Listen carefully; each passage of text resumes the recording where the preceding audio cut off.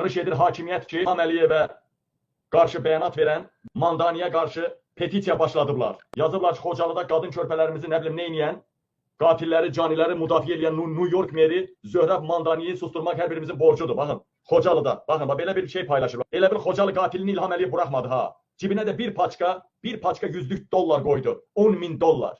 Baxın, Xocalının qatilini də göndərdi İlham Əliyev, ətrafını da göndərdi, bayrağımızı yandırmağa yanacaq da göndərdi, getdilər bayrağımızı yandırdılar. İlham Əliyev hamımızın namusunu zorlayır.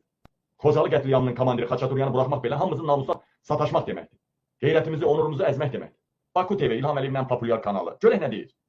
Xocalıda qadınları, uşaqları qətlə yetirən caniləri müdafiə edən, Qarabağdan könüllü öz xoşuna köçən ermənilərə dəstək duran New York meri Mamdaninin cavabını verək. Bu linkə daxil olaq, petisiyada səsimizi verək və etirazımızı çatdıraq. Bu işdə hamımız bərabər olaq. Belə kürkçükləri saldılar ortaya ki, bəs petisiya verək, Qarabağda ermənilərə görə bizə New York meri İlham Əliyevə cinayətkar deyib petisiya verək. Güya Amerika ermənipərəst siyasət yürüdür, New York meri, Washington meri İlhama cinayətkar deyibdi, erməniləri yerləşdir deyibdi, güya deməyib, erməniləri yerləşdir deyib. Petisiya deyil verək. Xaçaturyanı kim buraxdı? Hansı köpək oldu orada petisiya verən? Xaçaturyanı kim buraxdı? Xaçaturyanı Washingtonun meri buraxdı?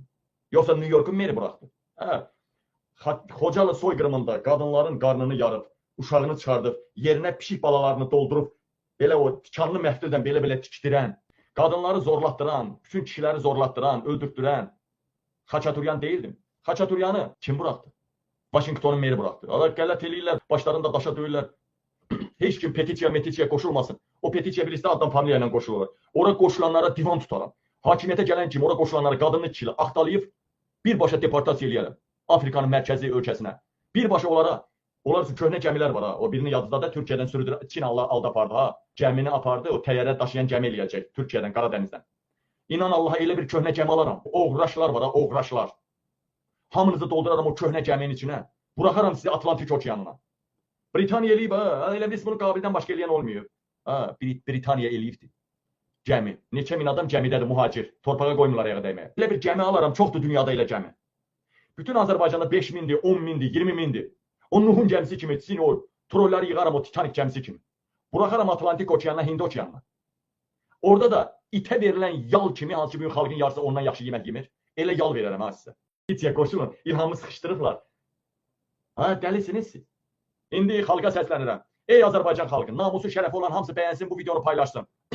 Xalqın maaşının qaldırılması üçün bir dəfə də olsun səsini çıxartmayan Tula Əliyev mediası təbliğat aparır. Xalqa çağırış edirlər ki, gəlib Zöhrəb Mandaniyə cavab vermək üçün petisiyaya da səs versinlər. Xalqı səsləyirlər ki, girin Zöhrəbin səhifəsinə, ona etirazlarınızı bildirin.